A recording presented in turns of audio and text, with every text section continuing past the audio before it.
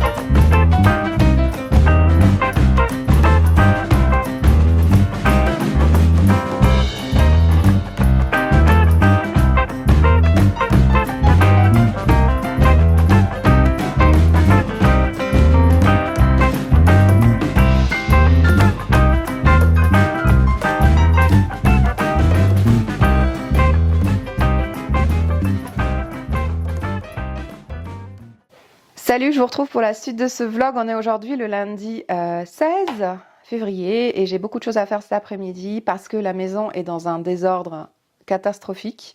Et en plus, alors vous allez peut-être pas me croire, mais voilà ce qui arrive quand j'ai pas passé l'aspirateur pendant une journée.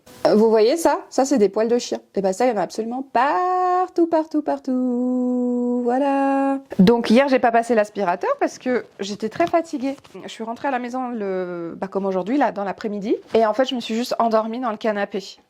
J'étais censée retrouver des potes pour regarder le match de rugby et à 16h et en fait, j'ai dormi. Donc j'ai pas eu le temps de faire la plupart de mes tâches ménagères que je voulais faire, j'ai juste fait un peu de repassage et tout le reste est passé complètement à la trappe. Il y a de la poussière partout, c'est dégueulasse partout et en plus on a eu que des soucis ces derniers jours entre des canalisations qui ont débordé. Donc nous, si vous voulez, on est vraiment aux premières loges pour ça parce qu'on est tout en bas. Il a fallu appeler quelqu'un, déboucher, être présent, donc ça a pris sur mon temps aussi de week-end. J'ai aussi un problème au niveau du montage du lavabo de la salle de bain, donc il faut que ce soit réparé aussi. On attend, ça fait 3 fois que le mec il revient, il n'arrive pas à réparer, donc il revient demain matin. Des soucis aussi quand on est descendu à Albertville pour voir le vétérinaire pour le chien. Finalement, c'est rien de grave, elle nous a proposé une séance d'ostéo dans 15 jours.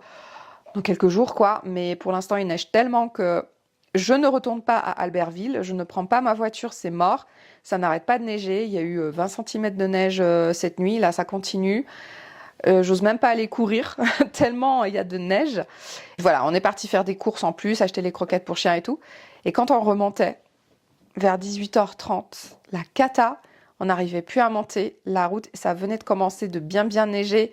Les déneigeuses n'étaient pas encore passées. De toute façon, en Savoie, les déneigeuses, c'est quand elles veulent. Du coup, on s'est retrouvés à devoir chaîner et tout. On était en panique. On est arrivé pour le repas super tard. C'était un peu la catastrophe ce jour-là. C'était jeudi dernier, là. Et depuis, il y a eu quelques petites choses. Des petites balades avec les chiens dans la neige. Alors que le chien est censé se reposer parce qu'il est quand même sous anti-inflammatoire. Mais c'est pas grave. Il a tapé des grosses primes dans la neige. Il était content. Et puis, il a l'air d'aller un peu mieux. Donc c'est cool.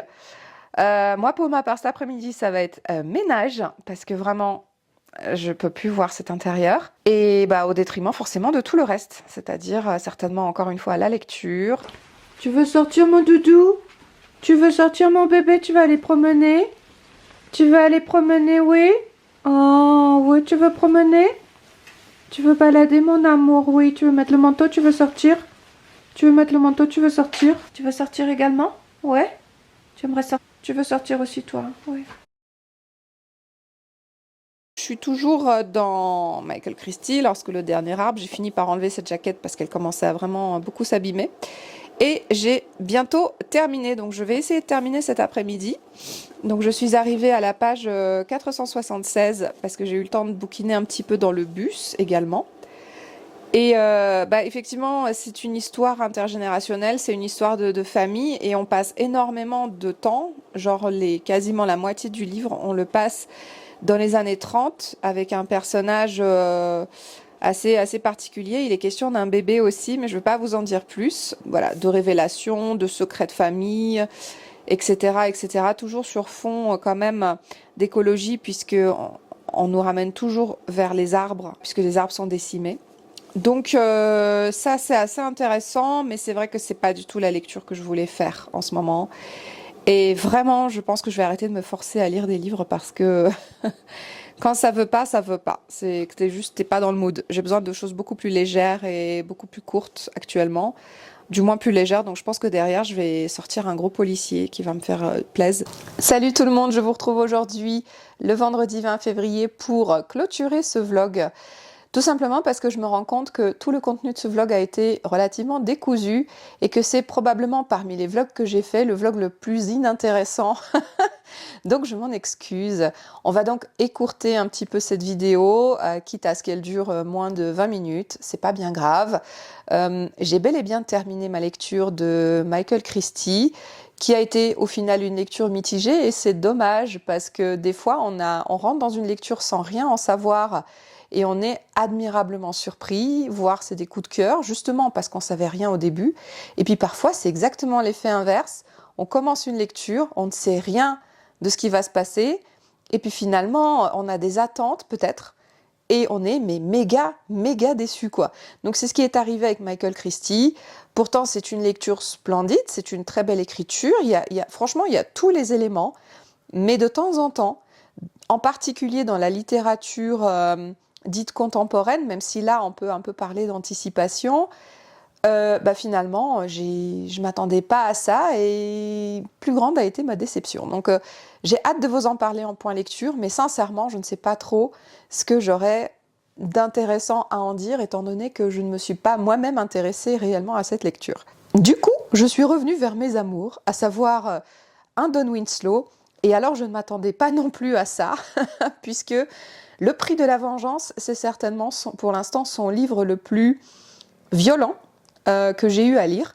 Vous savez, j'ai l'impression de lire un Denis Lehane, par exemple avec Mystic River, où il était question de la mort de la fille d'un des protagonistes, l'un des trois frères, dans une Amérique ultra violente, assez profonde, où tout le monde se connaît et on suspecte l'un des personnages d'avoir commis le crime atroce.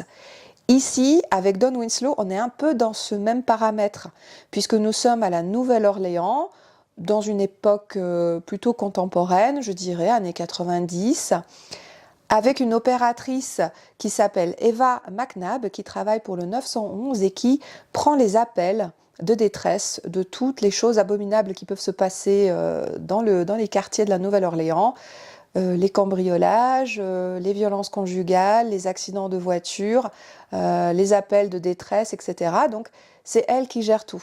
Ses deux fils sont policiers. Ils s'appellent Jimmy et Danny. Et l'un d'entre eux a malheureusement est un jour l'objet d'un de ces appels. On dit qu'un certain Danny a disparu et qu'il a été enlevé. Et malheureusement, il va se produire quelque chose d'affreux. C'est que ce Danny va se faire torturé pour une histoire de vengeance. Mais vraiment, c'est abominable. Il se fait désosser, quoi. Et quand son frère Jimmy découvre la vérité et qu'il a accès en plus à des vidéos où il entend les voix des bourreaux, il entend ce qui se passe, il comprend que c'est une histoire de vengeance personnelle, et ben il pousse un cri atroce. Et ce cri m'a fait penser au cri du père de la jeune fille dans Mystic River. Vous voyez, il y a des parallèles et je trouve cette littérature très anxiogène mais en même temps très addictive. Don Winslow a une plume assez facile d'accès. Il a une façon de raconter les histoires qui est incroyable et ce n'est pas sa première histoire de vengeance que je lis. Souvent il parle de l'univers de la drogue. Ici il en est aussi question puisque Jimmy travaille au stup, mais il n'est pas question que de ça. Il y a plein d'autres populations, les gens de l'Honduras, les Mexicains, il y a tout un tas de cartels, etc. Bref, c'est très très intéressant, mais il faut aimer la littérature thriller, des histoires de sang. Mais au-delà de ça, c'est assez intéressant. Il y a beaucoup de personnages pour l'instant, mais on s'y retrouve. Et ouais, c'est assez addictif. Donc vous voyez, j'en suis déjà à un bon quart du livre et j'espère savourer encore aujourd'hui un petit peu cette lecture parce que c'est une journée que je dédie à moi-même, voilà, à mon repos. Donc on va essayer d'avancer là-dessus et pour le moment je peux pas vous en dire plus et de toute façon j'ai pas du tout l'intention de vous spoiler l'histoire, mais je vais vous tenir au courant de l'avancée de cette lecture qui pour le moment me donne des cauchemars, voilà. C'est plutôt une bonne lecture. Bah écoutez, je vais clôturer ce vlog pour aujourd'hui. Mes petits chiens ils font dodo, ils sont déjà sortis aujourd'hui. Désolée de vous montrer que des chiens dans mes vlogs, mais clairement pour l'instant, à part eux et le travail, vraiment, il n'y a rien. Même côté sport, c'est le calme plat. Hier, j'ai réussi à rattraper une séance de course à pied, mais j'en ai 3 autres à rattraper. C'est la cata. Et aujourd'hui, j'ai nullement la motivation. Il neige énormément. On a de la neige jusqu'aux genoux. Et hier, quand je suis allée courir, j'avais de la neige, mais c'était du monté de genoux, en fait, ce que j'ai fait. Donc, c'était épuisant. Et puis, j'ai rarement eu aussi peu d'énergie qu'en ce moment. Donc j'étais à moitié au téléphone en train de pleurer avec mon coach, en train de lui dire écoute, je ne sais plus comment m'organiser pour réussir à caler des séances de sport parce que je suis claquée. Quand je fais du sport, j'ai mes tâches ménagères qui sont en retard, plus on a des rendez-vous, plus il y a eu des choses aussi dans la maison qui ont dysfonctionné, comme je vous en ai parlé dans cette même vidéo. Je peux pas tout faire dans une journée en fait. Je travaille à temps plein et je travaille en coupé. Je suis censée prendre 2 douches par jour parce qu'il y en a une le matin et une l'après-midi. La douche du soir, je suis au contact du public. Je peux pas sentir mauvais après ma séance de sport. Donc tout ça, ça prend du temps et je peux pas me dédoubler. Je n'y arrive plus en fait.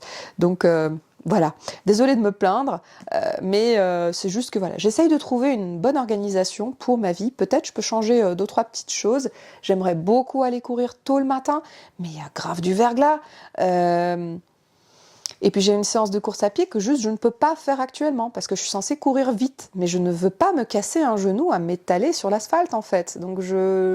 Et dans la neige, on peut pas courir vite. Donc je sais pas quoi faire et voilà, donc j'essaye de trouver des solutions.